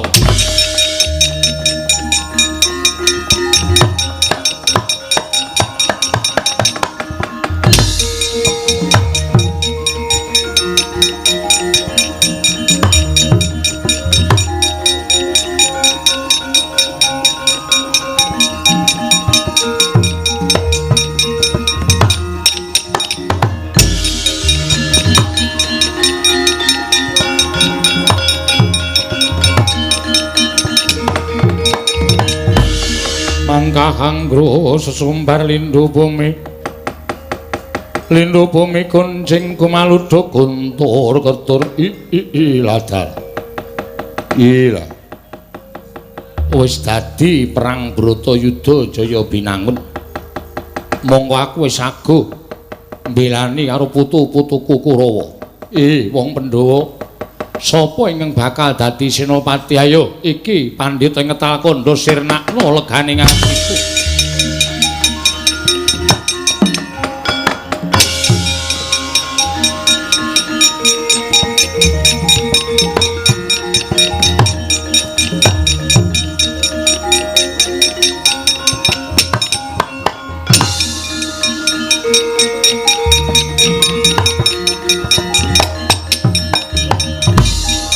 ora pangling iki Wratsangka putra Wirata jasar Paranyata kowe dudu wong Pandhawa aja melu-melu perkara iki etungane antaraning kowe karo aku ngadeg ana ing kene mbelani putu-putuku Pandhawa Dewa Brata mbelani putumu Ngastina kowe apa aku sing tekaning pati kowe ora kena tak elekke yen ora kena tak elekke kelakon mati dening tanganing Dewa Brata iki merganing patimu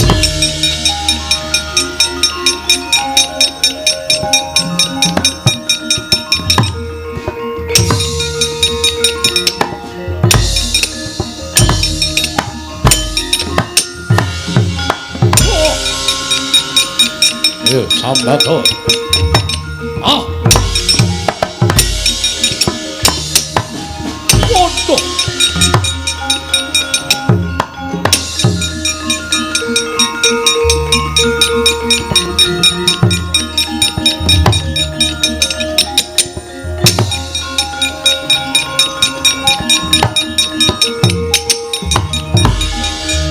Wratsangka. Kowe isih muda, aku wis keladuk yuswa, aja mbok kira aku kalah karo kowe. Nanging merga aku ora kuat unjaling napas, aku mundur. Yen kena ora tak elekake kowe mundura, mumpung durung tak tegake. Ketiban pusakaning Begawan Bisma ora jengkelang Kuwandamaja dundang Pandhita Ngetal Kandha Utara.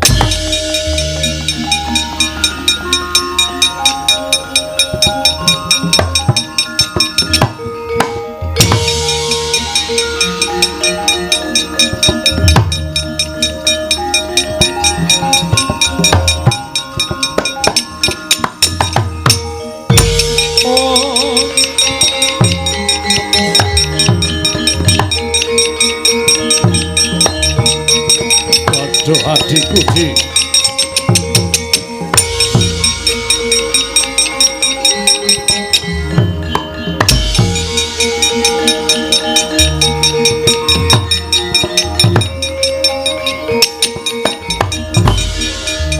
adine mati kakangne ora trima ora pangling kae Raden Utara tak susulke marang kayiwanganing Bathara Yama muga-muga pinanggih kasuwarganmu Raden Utara.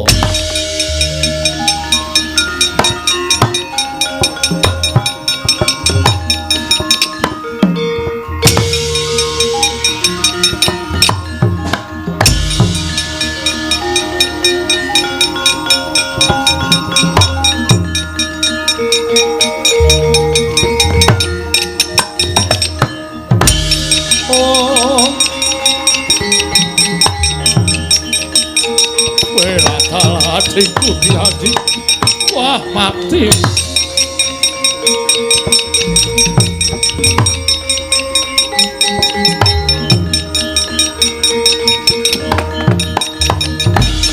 Menungso ratadanan, Bisma Dewa Brata, kowe ngamuk punggung Suratambaha Nirbaya Rikala.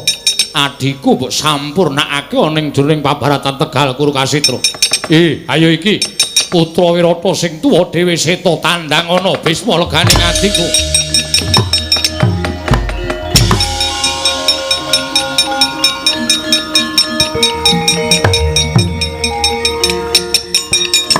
Ati. Oh. Oh.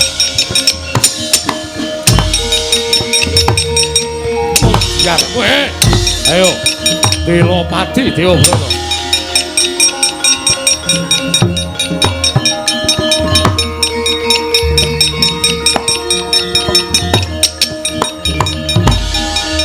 Raden Seta. Ngamuk punggung kaya banteng ketaton. Nganti aku ora kumanan papan mungsuh kowe Raden. Yen kena tak elingake. Yen kena tak emutake mundura kowe ora sak traju sak bobot mungsuh Bisma. Yen isih kepengin nyawang gelaring jagat eseming rembulan kowe mundura Raden Seta.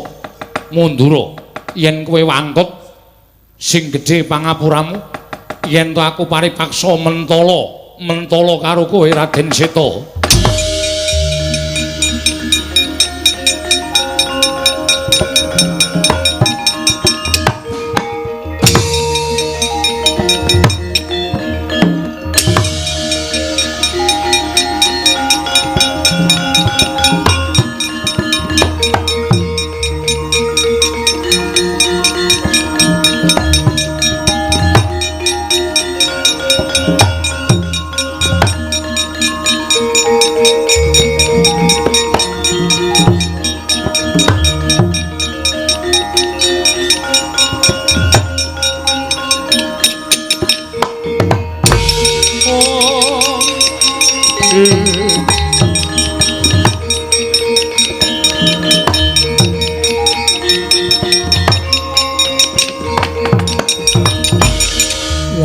Tenan to aku wis ngelingke karo kowe Raden.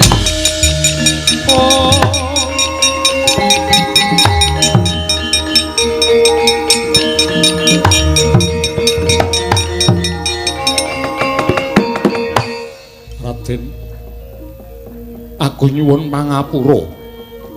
Jejering Begawan Bisma kudu nglakoni lan mentala karo Senopati Pandhawa pancen dadi kewajibanku. Yen Raden Seta mau ndak dawuh mundur manut karo apa kang dadi aturing Bisma tak kira ora kaya ngene lakon ingkang bakal mbok sandhang. Nanging mbok menawa wis pinesti garising Wang Mahanasa Raden Seta tak jurung donga pamuji saka Begawan Bisma muga-muga menga lawang kasuwarganmu Raden Seta.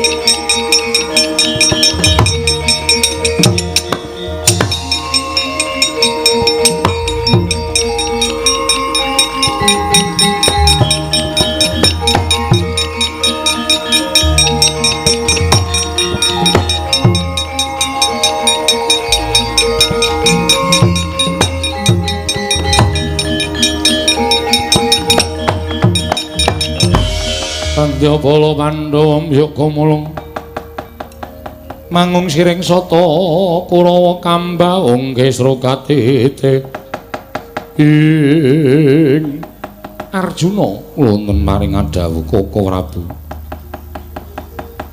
barisan Pandhawa ngendelong inggih merga tinrajang dening Senopati Ngastina mongko Senopati Ngastina ora oleh kejaba mung Hyang Begawan Bisma kasinggihan mekaten menawa dipun lilani kula madheg suraning driya ngadepi dhateng Hyang Bisma ora dudu kowe mungsuhe apa aku sing kudu maju ngadepi wah Bisma kakekku Werkudara ya udu lajeng sinten Sri Kandi menyang endi Sri Kandi kados pundi Kaka Prabu lho bojomu Wara Sri Kandi menyang endi inggih wonten tak timbali sowan mrene Janaka ngestaken dawuh paduka kangge Kaka Prabu.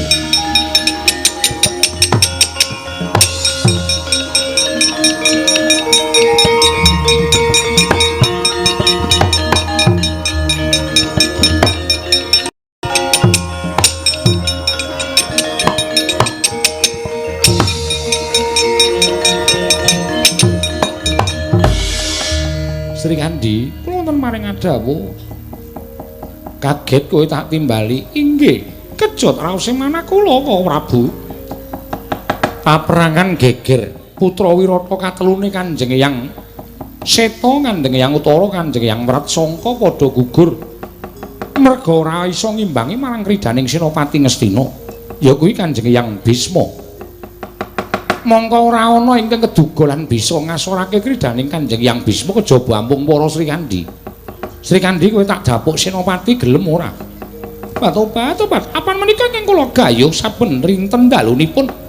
Benjang menapa kula saged madheg Senopati nglabi dhateng sesembahan kula Pangeran Arjuna menapa dene sesembahan kula para Pandhawa. Koko Prabu kula sagah, Koko Prabu kula sagah. Srikandhi aja kaya ngono. Kanjeng Hyang Bisma kuwi kasekten kagila-gila. Aja waton saguh nang nganggo pitungan nganggo nalar sing ganep digelar digulung. Aja nganti keseluruh dalan sing kleru Wara Srikandhi. Janaka wonten dawuh. Ora sah ngegol-goli Wara Srikandhi. Pun Kakang ingkang amatah Senopati Wara Srikandhi, kowe percaya karo aku apa ora? Inggih kula witados. Yen kowe percaya kowe weneh ana pangestu karo bojomu. Inggih. Srikandhi wonten maring dawuh nyuwun pangestu karo Janaka. Tobat. Pangeran kula nyuwun pangestu majeng ning pabaratan. Ya wis. Sing ati-ati aku ora bakal ado-ado lawan kowe. Aku ingkang bakal njampangi lawan sak laku jantramu Wara Srikandhi. Matur sembah nuwun tanpa pepindhan, Pangeran matur sembah nuwun tanpa pepindhan. Yen wis madhep mantep ndak biyawarake mring sagung kang padha mapan ana ing pakuwon kene. Yen to Senopati dina iki ora ana kejaba mung Wara Srikandhi garwaning Janaka. Inggih, ngestaken dawuh Prabu.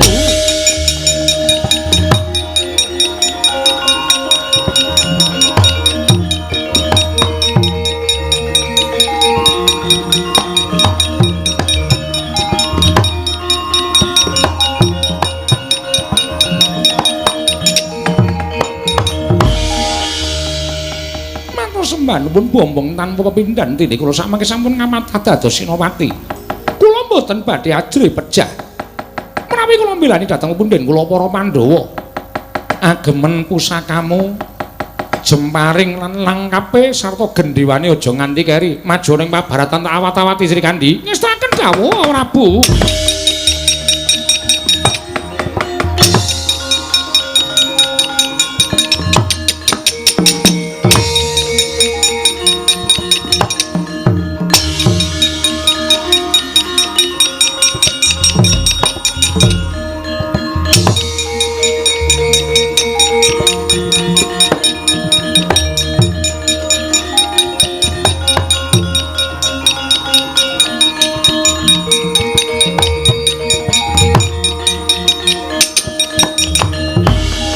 Nadyan pawestri parandening mangke kekendhalane ngungkuli marang para priya nenggih Sang Hyang Wara Srikandhi kapatah dados Senopati sigra jumeneng madyaning tengah-tengahing Tegal Kurukasetra. Parandening mangke dhateng wonten ingkang wantun anyaket kaliyan Sang Wara Srikandhi pendak-pendak ana prajurit ingkang nyaket tentu tigas janggane ketaman jemparing Sang Wara Srikandhi sarya nguwuh-uwuh anyumbaring kengeyang ngetal Sang Mahatma Resi Wara Bisma gocap ingkang nglang jagat nenggih sok maning Sang Dewi Amba nyembadhi amethuk kunduring Sang Dewa Brata.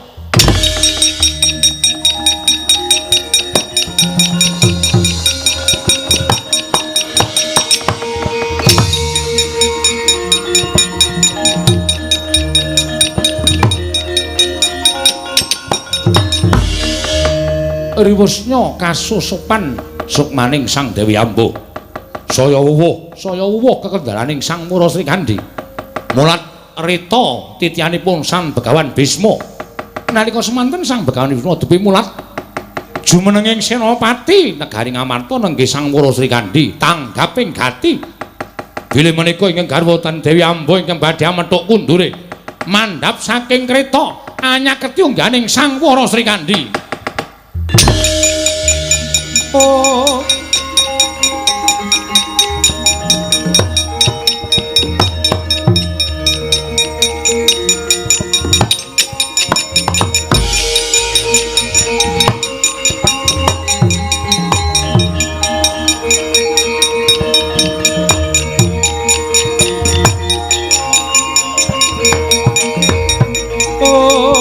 Mencorong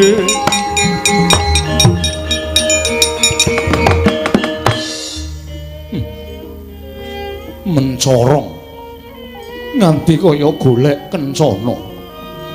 Ambo wis tak arep-arep pirang-pirang taun lumaku ning wanci.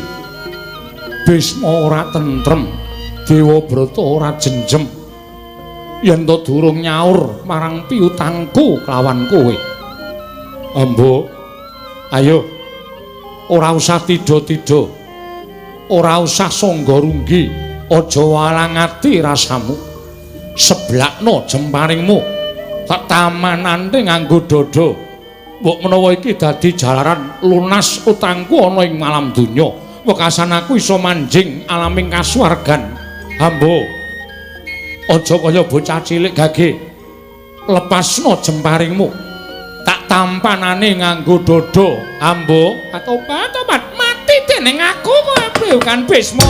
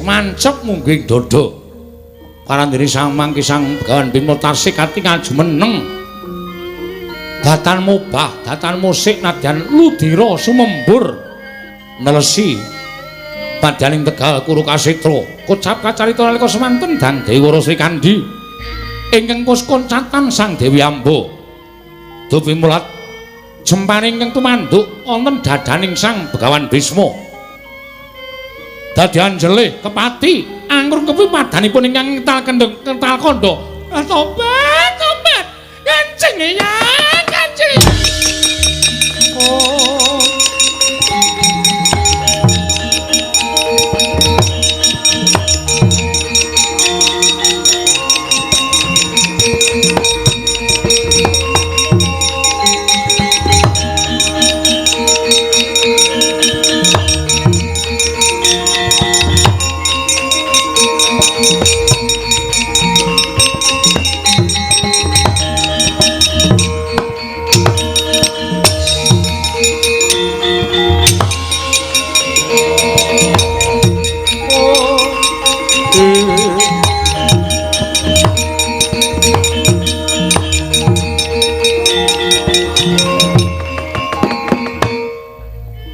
Pandhawa Kaki Prabu Ndarawati iku wonten dawuh ya Untadewa inggih kula wonten dawuh Kanjeng Eyang Sri Kandi kula wonten paringan dawuh Kanjeng Eyang seminten kalepatan kula nyuwun ing samudra pangaksami Kanjeng Eyang patobat kowe ora salah Sirawara Sri Kandi mung dadi lantaran nggone Poneyang wis bisa nyaur marang keluputaning Poneyang kelawan garwaku Yayi Dewi Amba. Bisma kakekku, aku nyuwun pangapura Bisma kakekku. Werkudara Arjuna wonten paring dawuh. Tetepno pangestimu ya. Aja nganti kendho. Aja nganti nglokro. Bratayuda iki perang suci. Bratayuda iki dadi pratandha sapa ingkang nyilik bakal mbalekake, ingkang utang bakal nyaur. Yana ing perang gedhe iki bakal katandha sapa ingkang nandurala wahyuning bakal sirna.